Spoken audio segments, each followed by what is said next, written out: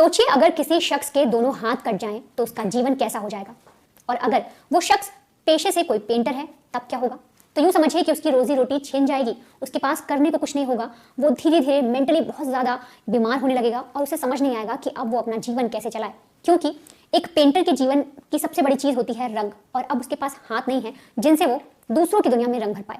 एक पेंटर हमारी दुनिया में रंग भरता है, लेकिन सोचिए अगर क्या हो जब उसी पेंटर की बेरंगीन दुनिया में डॉक्टर रंग भर दे तो। ऐसा ही एक करिश्मा हुआ है। आप ये जो तस्वीरें देख रहे हैं ये राजकुमार की है, उम्र है 40 साल। इनका ऑपरेशन हुआ है वो भी हाथों का। इनके दोनों हाथ ट्रांसप्लांट किए गए हैं। ये तस्वीर दिखा रही है कि इस वक्त ये कितने खुश हैं। इनके साथ क्या हुआ, कैसे इनके दोनों हाथ कट गए थे और फिर किसके हाथ इन्हें लगाए गए और कैसे डॉक्टर ने करिश्मा करके दिखाया वो मैं आपको बताती हूँ। दरअसल राजकुमार दिल्ली के नांगलोई में के रहने वाले हैं। साल 2020 की बात है। इनके पैर में एक चोट लगी हुई थी और ये साइकिल से नांगलोई रेलवे का जो क्रॉसिंग एरिया है उसे क्रॉस कर रहे थे। अब साइकिल को भी पार कराना था तो रेलवे ट्रैक से साइकिल को भी पार करा रहे थे और खुद भी जा रहे थे, लेकिन पैर में इतनी चोट लगी हुई थी कि ये बैलेंस नहीं बना पाए और गिर गए।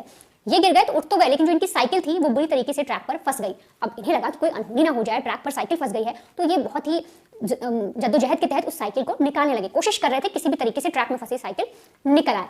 साइकिल तो नहीं निकलती, लेकिन ये उस ट्रैक में और फंस जाते हैं। ट्रेन आती है और इनके दोनों हाथ कट जाते हैं। दोनों हाथ कटने के बाद इन्हें सफदरजंग जंग अस्पताल में भर्ती कराया जाता है।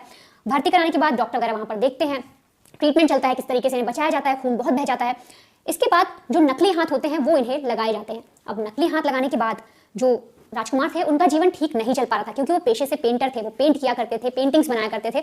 अब वो दूसरों पे डिपेंड हो गए, अपने घर वालों पे डिपेंड हो गए। उन्हें वो चीज़ नहीं पसंद आ रही थी, उन्हें नहीं समझ में आ रहा था कि अब वो अपना जीवन कैसे बिताएंगे, और पूरी तरीके से टूट चुके थे। और अब वो कैसे हैं, एक बार आप सुनिए खुद राजकुमार से कि वो हाथ लगने के बाद कितना खुश हैं। फिर मैं आपको आगे की कहानी बताती हूँ।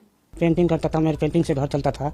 और जब स्टूडेंट हो गया रेलवे से तो हम निराश हो गए। हम आगे क्या कर पाएंगे, कैसे कर पाएंगे। बाकी डॉक्टरों ने जो हमें इतना सुविधा दिया है, मुझे मेरा हाथ लगा दिया, मैं बहुत खुश हूँ, उनका धन्यवाद करता हूँ कि ऐसे वर्ल्ड भर में कहीं भी हम सोच भी नहीं सकते कि कहीं लग सकता है। तो सुना आपने, राजकुमार इन हाथों के मिलने पर कितना खुश हैं और बार बार डॉक्टर का शुक्रिया अदा कर रहे हैं। दरअसल जब साल 2020 में इनके दोनों हाथ कटे और इन्हें अस्पताल ले जाया गया तब इन्हें नकली हाथ लगाए गए। नकली हाथ लगाने के बाद भी इनका जीवन पहले जैसा नहीं हो पा रहा था। अब ऐसे में इन्हें जरूरत थी असली हाथों की, पूरी तरीके से जो हैंड ट्रांसप्लांट होता है, जिस तरीके से कहते हैं कि किडनी ट्रांसप्लांट हुई, हार्ट ट्रांसप्लांट होता है, ऐसे ही हैंड ट्रांसप्लांट सर्जरी की इन्हें जरूरत थी। लेकिन उत्तर भारत में कोई भी ऐसा हॉस्पिटल नहीं था जिसे ये मंजूरी मिली हो कि आप हैंड ट्रांसप्लांट सर्जरी कर सकते हैं। और अभी हाल ही में अगर मैं आपको तारीख बताऊं तो 2023 की फेब में जो गंगाराम अस्पताल है दिल्ली का, उससे ये अनुमति मिली है, उसे परमिट मिला है कि आप लोग अब हाथों की जो सर्जरी होती है, जो हैंड ट्रांसप्लांट होता है, वो आप कर सकते हैं और आपको इसके लिए परमिट दिया जाता है। और फेब में 2023 के फेब में ये पूरा जो है एक परमिट मिला गंगाराम हॉस्पिटल को। इससे पहले मैं आपको याद दिला दूं कि उत्तर भारत में कोई भी ऐसा अस्पताल नहीं था जिसके पास ये परमिट हो या उन्हें एक तरीके से अलाउ कर दिया गया हो कि आपके डॉक्टर्स की जो टीम है या आपका जो हॉस्पिटल है वो हैंड ट्रांसप्लांट करने में कैपेबल है। अब इधर गंगाराम हॉस्पिटल में सर्जरी के लिए अनुमति मिल चुकी थी और उधर 2020 में जब राजकुमार का हाथ कटा तो पूरी तरीके से वो टूट चुके थे, नकली हाथ से उनका गुजारा नहीं चल रहा था। अब ऐसे में इनके पास ऑप्शन था कि अपना हैंड ट्रांसप्लांट करा लें, इसीलिए अस्पताल दर अस्पताल भटकते हैं। अब ऐसे में गंगाराम अस्पताल भी पहुंचते हैं। तो गंगाराम अस्पताल में पहले से ये चीज़ प्लानिंग चल रही थी कि हमें हैंड ट्रांसप्लांट के लिए अनुमति लेनी है। अब इसी बीच में जब पहुंचते हैं राजकुमार तो इनसे बातचीत की जाती है, इन्हें देखा जाता है। तो डॉक्टर कहते हैं नामुमकिन तो नहीं है, बट एक बार हमारे पास परमिट आ जाए तो हम आपका डोनर भी ढूंढते हैं। अब इधर परमिट आ जाता है। 2023 की फरवरी को परमिट आने के बाद लगातार जो डॉक्टर्स की टीम है, जो बड़े बड़े डॉक्टर्स हैं, वो सारे लग गए और लिस्ट बना ली गई कि कितने लोग हमारे अस्पताल में आए, कितने ऐसे मरीज आए जिन्हें हैंड ट्रांसप्लांट की जरूरत है या उन्हें हैंड ट्रांसप्लांट सर्जरी करवानी है। लिस्ट बनाई गई, उसमें सबसे ऊपर थे राजकुमार। अब जरूरत थी एक डोनर की। डोनर कैसे मिला? तो दरअसल एक प्रिंसिपल है, एक्स प्रिंसिपल, उनकी फैमिली ने जब वो ब्रेन डेड हो गई, उनकी उम्र ज़्यादा हो गई थी, वो ब्रेन डेड हो गई, डॉक्टर ने डिक्लेयर कर दिया कि अब ये जीवित नहीं है, इनका कोई भी शरीर का जो अंग है या जो ये अब दोबारा नहीं उठ पाएंगी। तो कायदे से जो उनके परिवार वाले थे, जो लेडी ब्रेन डेड हुई, उन्होंने कहा कि हम अपनी जो हमारे पेशेंट हैं उनका अंग दान करना चाहते हैं, तो उनके सारे अंगों का हम दान करेंगे। एक तरीके से जो उनके ऑर्गन है वो डोनेट करेंगे। अब जब अस्पताल में ये चीज़ें होती हैं तो हर एक पार्ट को डोनेट किया जाता है। वैसे में हाथ जो था उस लेडी का, उसे भी डोनेट करने का एक तरीके से अनुमति मिल जाती है परिवार वालों की तरफ से।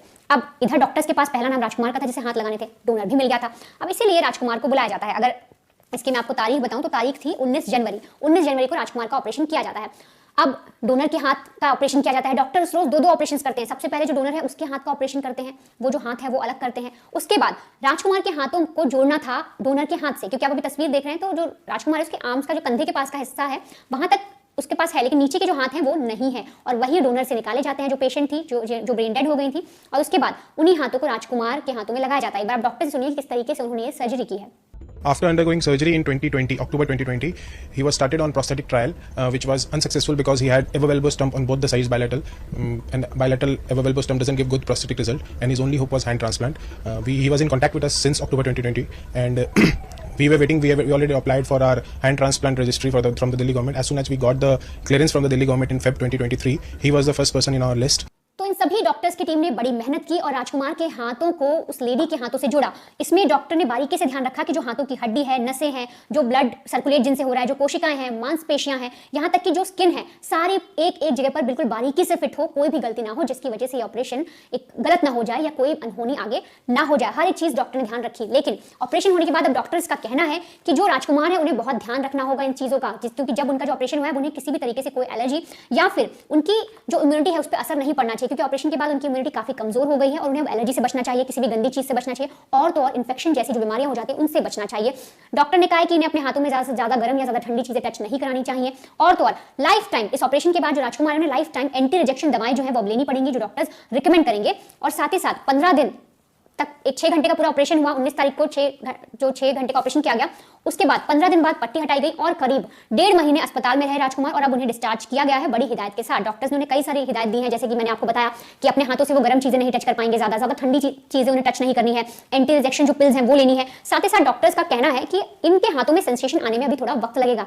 फिलहाल के लिए जो उनका हाथ है वो अपनी कोहनी मूव कर पा रहे हैं, अपनी कोहनी के जरिए वो इधर उधर इशारा कर पा रहे हैं, दर्द उनका थोड़ा कम हो गया है। लेकिन डॉक्टर का कहना है कि जो नसें हैं उन्हें जुड़ने में थोड़ा वक्त लगेगा, यहाँ तक कि अभी उनकी कलाई जो है वो मूवमेंट नहीं कर रही है, उसे मूवमेंट करने में 7 से 8 महीने लगेंगे और पूरी तरीके से उनके हाथ को ठीक हो जाने में 9-10 महीने का अच्छे से समय लगेगा, जिसके बाद उनका जो हाथ है पूरी तरीके से ठीक हो जाएगा और वो फिर से जिस तरह से पहले अपनी लाइफ में रंग भर रहे थे वो फिर से वही काम दोबारा कर पाएंगे। अब ऐसे में मैं आपको चलते चलते एक चीज और बता दूं कि सबसे पहले जो फर्स्ट हैंड ट्रांसप्लांट हुआ था वो फ्रांस में किया गया था और इसके बाद से लगातार 100 से ज्यादा हैंड ट्रांसप्लांट की जो सर्जरी है वो सक्सेसफुल हो चुकी है। और अगर इंडिया की बात करूं तो इंडिया में साल 2015 में कोची में Amrita institute of medical science ने पहली बार हैंड ट्रांसप्लांट किया था जो सक्सेसफुल हुआ था। उसके बाद लगातार कई सारे ऐसे ऑपरेशन हुए। हाल ही में मुंबई में भी अजमेर के एक लड़के को जो उसके दोनों हाथ हैं वो ट्रांसप्लांट किए गए हैं। वो एक तरीके से इलेक्ट्रिशियन था, उसको बिजली का झटका लगा था जिससे उसके दोनों हाथ खराब हुए और फिर उन्हें काटना पड़ा और अब उसका भी ऑपरेशन हुआ है। और हाल ही में जो मैं आपको बता रही हूँ, जिस तरह से आप तस्वीरें भी देख रहे हैं कि राजकुमार के हैंड ट्रांसप्लांट हुए हैं दोनों और वो बहुत खुश हैं और वो जल्दी ही अपनी पहले जैसी जिंदगी गुजर बसर कर पाएंगे।